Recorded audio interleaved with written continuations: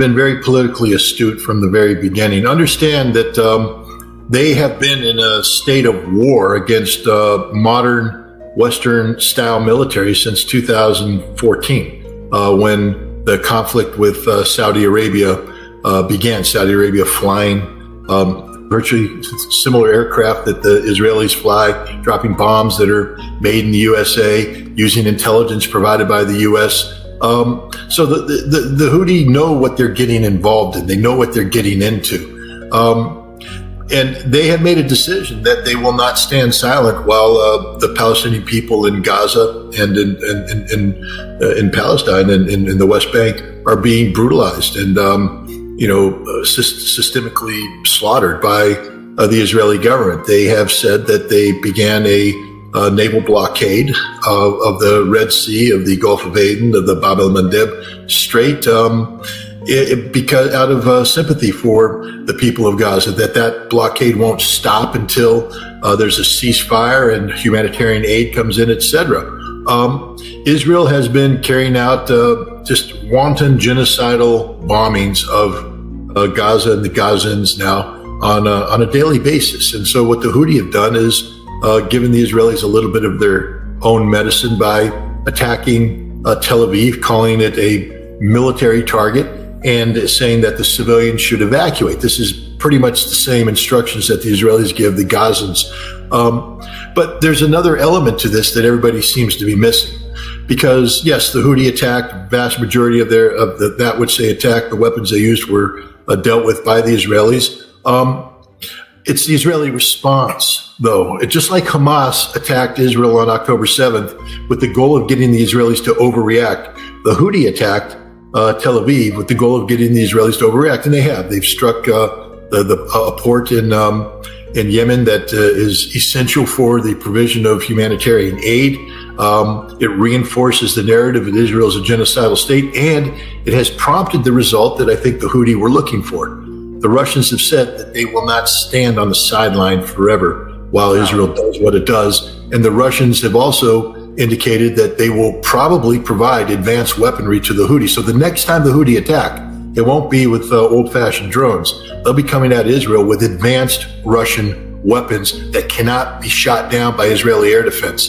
The Houthi, they're pretty clever, they're pretty smart, they're strategically astute. Israel once again walked into an ambush that was set by a member of the Axis resistance who knows the region and knows the politics better than Israel does. Israel attacked Iran. It's straight up. And Iran has said that is a red line and that Iran's retaliation will be on a scope and scale greater than that which took place back in April when they carried out Operation True Promise. And this appears to be the direction that Iran is heading. Some people predict that this attack will take place tonight. We don't know. I mean, Iran gets to make that decision. The timing and the level of retaliation is purely an Iranian decision. But Netanyahu had to know that by attacking Iran the way he did, that he was going to push Iran to where they needed to retaliate, and this would take it to another level. Whether he believes that the United States would intervene or he was trying to force the Americans to intervene, I don't know. The United States has indicated that it will not participate in offensive actions against the Iranians, that all they'll do is defend Israel from any Iranian missile attack. What happens when Hezbollah joins in the fight? What happens if Iraq, the pro-Iranian militias in Iraq do? There's already indication that American bases have been attacked in Iraq, maybe as a precursor to a larger regional offensive by the axis of resistance. We're in a very, very dangerous situation right now, and it's all because of Benjamin Netanyahu's desire to hold on to political power at any cost. What do you think will happen in the next several weeks because of the evil that Netanyahu has wrought?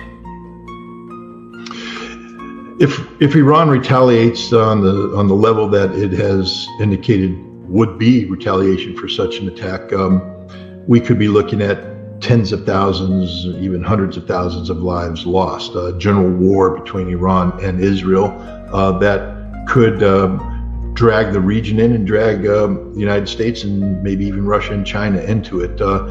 Israel has indicated that if Iran strikes civilian targets, that it will hit Iran's nuclear infrastructure. And Iran, of course, would respond by hitting Israel's nuclear infrastructure, and the escalation would go from there. So we're looking at, the real possibility that densely populated urban areas, both in Israel, Iran, and elsewhere, Beirut, could be hit with very lethal conventional weapons. Again, on a scope and scale that we haven't seen. I mean, Ukraine doesn't the war in Ukraine definitely isn't done in this fashion. If you go to Kiev, the capital, people are partying, they're walking, they're shopping. You hardly know that there's a war. That won't be the case if there's a general conflict between Israel and Iran. Tehran, Isfahan, these cities will be hit. Tel Aviv, Haifa, these cities will be hit. And, civilian targets will be hit. Civilians will pay a very heavy price. Here's Hassan Nasrallah 2 days ago. Tell me what you think. Cut number 3. The enemy and those behind the enemy must wait for our inevitable reaction. God willing, there is no discussion or controversy about this. Does he mean what he says? I believe he does, but again, he was very, non-descriptive in what he said, meaning that it's open to interpretation. Would he participate in a general retaliation with Iran, or would he hold off and strike at a time and place of his choosing? We have yet to see. Nasrallah has been a master of escalation management, and not one to jump off the deep end precipitously, but I do think that he will take guidance from Iran's actions. Now, we know that former Defense Minister of Russia, Sergei Shoigu, has flown to Tehran. There seems to be a stream of Russian military aircraft flying to Iran, presumably delivering high-tech military equipment, maybe air defense systems, maybe surface-to-surface missile systems. We don't know. Could the Russians be asking the Iranians to delay, to tone things down, or are the Russians saying, we're here with you? We do know that Sergei Lavrov said about Israel's actions that Israel can't expect Russia to sit on the sidelines forever. Meaning is that unusual that Lavrov would say that, and that Shoigu would personally go to Tehran? Does that indicate to you a level of interest in the outcome of this dispute on the part of the Kremlin? Absolutely. First of all, we know that Russia and Iran have signed a defense agreement. The details of which haven't been made public, but Russia and Iran are operating on a different level altogether today than they were this time last year, this time 6 months ago, this time 3 months ago. They are strategically connected. Russia and Iran have signed a deal that connects St. Petersburg with the southern Iranian ports of Chabahar and Bandar Abbas, providing connectivity that can't be blocked by the United States. They're linked in terms of industrial cooperation, geopolitical cooperation, and Russia has indicated that it is a strategic ally of Iran. So I think Israel and the United States have to proceed with caution, because this could very well turn into a conflict that has Russia jumping in on the side of Iran, and that potentially puts Russia not only at odds with Israel, and there's Sergei Lavrov's statement, we're not going to sit on the sidelines forever. Right. I think Russia's already made decisions. They're off the sidelines, they're off the bench, they're on the field. Now the question is, what game does Israel want to play? Does Iran have nuclear weapons, Scott? I believe they do not. I believe they have the ability to enrich uranium of sufficient enrichment that could be used in a nuclear device. Then is it going to be a uranium weapon, a plutonium weapon? If it's a uranium weapon, then they've got to convert it into metal. They could make a simple gun design that's not that complex, but an implosion device requires work on high explosives that the Iranians haven't, to my best of my knowledge, completed yet. It's also something that the Iranians said that they weren't going to do. I'm more worried to be honest, about a Pakistani weapon than I am about an Iranian weapon. If I were what is your worry about a Pakistani weapon? That the Pakistanis would deliver a nuclear weapon at a target that Iran picked? I think if Israel uses nuclear weapons, which is something that, if there's a general war between Israel and Iran, it's very likely that Israel would use some sort of nuclear device. It would be necessary to, for instance, penetrate into the Firdos nuclear facility, which is underground. It can't be penetrated by any conventional weapons. Israel would have to use a nuclear penetrator to get to it. If Israel used a nuclear weapon against Iran, it's inevitable that an Islamic weapon will hit Israel. It's inevitable. I'm just trying to be as clear as I can be about this. It's inevitable that an Islamic weapon will hit Israel and probably destroy Israel.